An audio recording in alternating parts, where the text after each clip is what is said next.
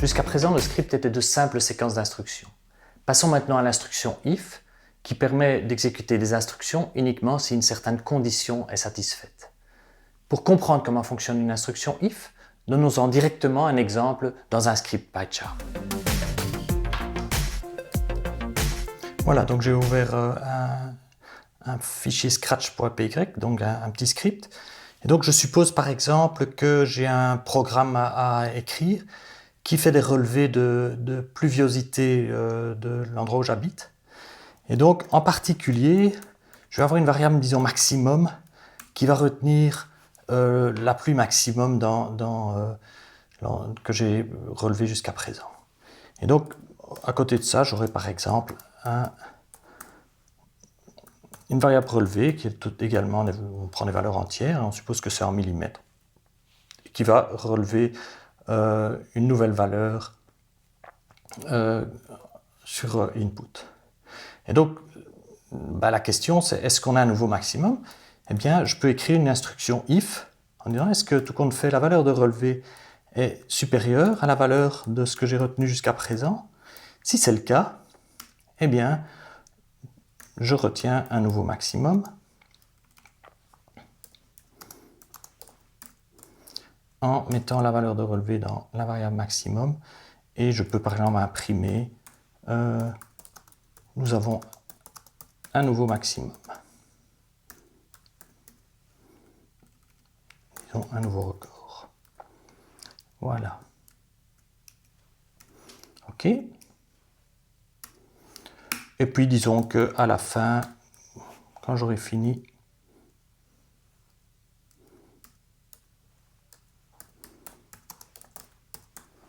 je tape par exemple maximum retenu 2 points et la valeur. Voilà. Alors avant d'exécuter le script, regardons les différents éléments. En particulier, on se rend compte qu'effectivement il y a une instruction avec un mot-clé if. Il y a ce qu'on va appeler une condition, relevé supérieur maximum. Bon, c'est assez clair, mais on va un petit peu regarder ce que ça donne. La syntaxe Python impose qui est 2 points, et puis enfin, en fait, on voit que les deux instructions qui suivent, en fait les deux lignes qui suivent plutôt, sont des instructions, une assignation et un print, qui sont décalées de quelques caractères, ici 4 caractères, pour exprimer le fait que ces deux instructions en fait dépendent du if, c'est des instructions qui ne seront pas exécutées systématiquement. Donc, pour comprendre comment fonctionnent les choses, eh bien, disons qu'on va d'abord ouvrir une console Python. Et donc si je tape dans ma console, est-ce que 3 est inférieur à 5? Eh bien l'interpréteur Python me dit oui. En fait, plus précisément, il répond true, qui est une valeur, on va voir, une valeur logique, qu'on va appeler valeur booléenne, qui me donne le résultat en fait du test, le résultat de la condition. Si par contre je prends une condition qui évidemment est fausse, mais il me répond c'est false. Et donc, je travaille maintenant avec des choses qui sont des valeurs dont le type est bool pour booléen. Donc c'est des tests ou des conditions ou des valeurs logiques. On parle plutôt de valeurs booléennes en mémoire à George Boole, qui est un mathématicien qui a étudié cette algèbre sur les valeurs logiques qu'on appelle maintenant l'algèbre booléenne. De la même façon, la valeur true est aussi une valeur booléenne, et l'expression 3 inférieur à 5 est également une expression booléenne. Et donc, on peut faire des comparaisons. Alors en général, évidemment, ce qu'on aura, c'est des variables dont la valeur n'est pas certaine. Donc ici, je ne sais pas que vaut x, par exemple 5. Et ce qu'on va faire, c'est se demander, est-ce que, dans une instruction if, x est inférieur à 0 par exemple. Et dans ce cas-là, je fais par exemple print OK. Alors, si j'exécute cette instruction, en fait, il va évaluer la condition. X, en fait, dans ce cas-ci, ça vaut 5, c'est pas inférieur à 0, et donc le print OK ne va pas s'exécuter. Voilà, et donc pour voir la syntaxe du if, on va en fait voir qu'il y a différentes possibilités. Et donc la première syntaxe, la plus simple, c'est le mot-clé if, la condition. Alors ça peut être des tas de choses.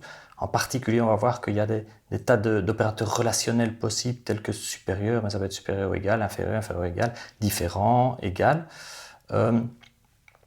Les instructions qui sont liées sont ce qu'on appelle indentées. Ici, 4 caractères pour marquer que ces instructions-là seront exécutées uniquement si le test est vrai.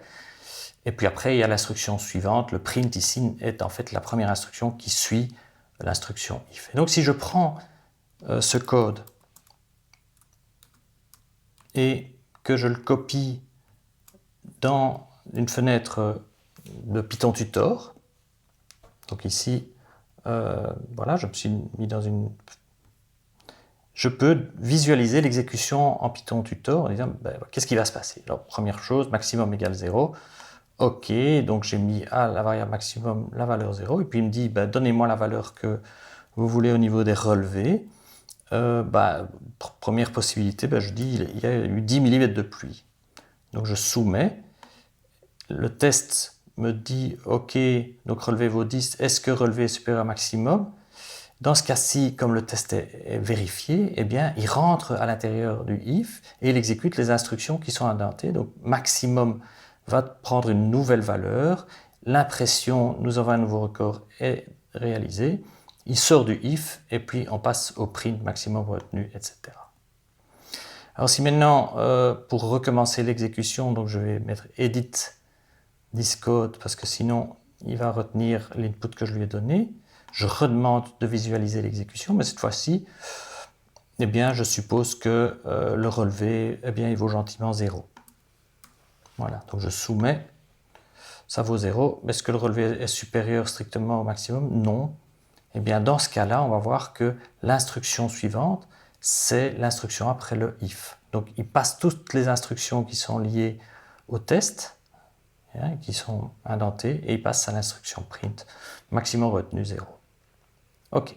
Alors, on va rajouter une possibilité. Supposons maintenant que, eh bien, je ne sais pas combien vaut le maximum. Bon, ici, pour la démonstration, je suppose que je vais mettre 10, mais voilà, j'ai une certaine valeur pour le maximum.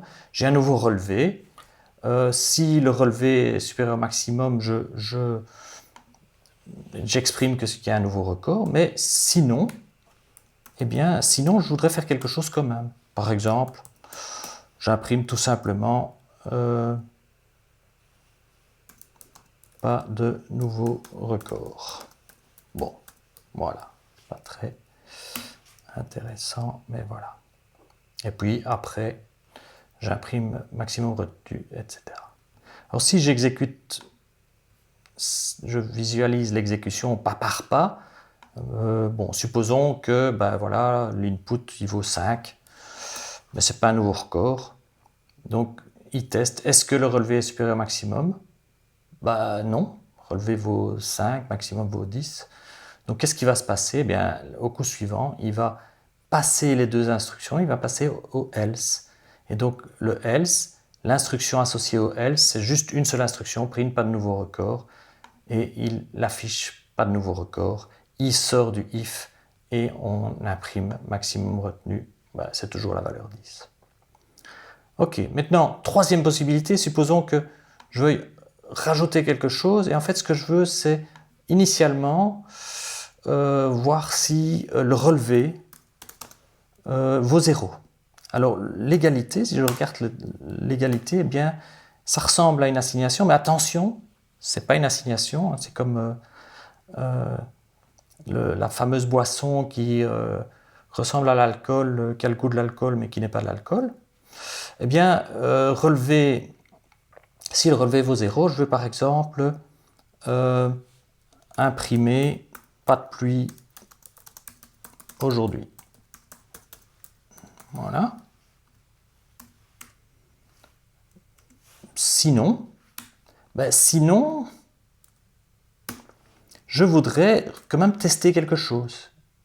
Est-ce que tout compte fait, mais autre possibilité, relevé n'est pas supérieur à maximum. Donc, Si le relevé vaut 0, je ne mets pas de pluie. Si par contre ce n'est pas le cas, eh bien je vais passer en fait au test qui est donné par le mot-clé elif ici. Donc elif, ça va être un deuxième test qui sera exécuté uniquement si le premier n'est pas vrai. Donc si le premier n'est pas vrai, je regarde si relevé est supérieur au maximum. Si c'est le cas, eh bien j'exécute les deux instructions qui sont associées au elif. Et si de nouveau c'est faux, on passe au else qui lui est unique et ne sera exécuté que si tout ce qu'on a testé jusqu'à présent est faux. Et donc, bon, je ne vais pas faire les 3 cas possibles, je vais simplement faire le premier. Donc, supposons que je mette 0. Si je mets 0, gentiment, est-ce que le relevé vaut 0? Oui. Donc, pas de pluie aujourd'hui, je l'écris, et je passe directement à la fin du if, à l'instruction suivante, maximum retenu, et on a toujours 10. Voilà, deuxième possibilité. Voilà, je visualise. Cette fois-ci, je vais supposer que le relevé, il vaut 20. Donc, on a un nouveau record. Donc, tapons 20, submit. Ouais. Est-ce que le relevé vaut 0? Non. Je teste la deuxième condition, elif. Est-ce que le relevé est supérieur au maximum? Oui. Donc maintenant, je rentre. Je mets à jour maximum, j'imprime, nous avons un nouveau record. Et puis voilà, après c'est fini, c'est-à-dire que le else n'est pas exécuté, je sors du if, et donc je passe à l'instruction suivante qui est marquée par le fait qu'il a le même niveau d'indentation que le if, et le maximum retenu maintenant vaut 20. Voilà, donc nous avons présenté l'instruction if, appelée instruction conditionnelle if, puisque sous certaines conditions, une partie des instructions peuvent ou non s'exécuter. Alors, dans la suite, nous allons voir un certain nombre d'autres exemples utilisant le if, avec ou sans les options elif et else. En particulier, nous allons voir que plusieurs elif peuvent être associés dans un même if, mais qu'évidemment, à la fin de l'instruction if, au maximum, un seul else peut s'y trouver.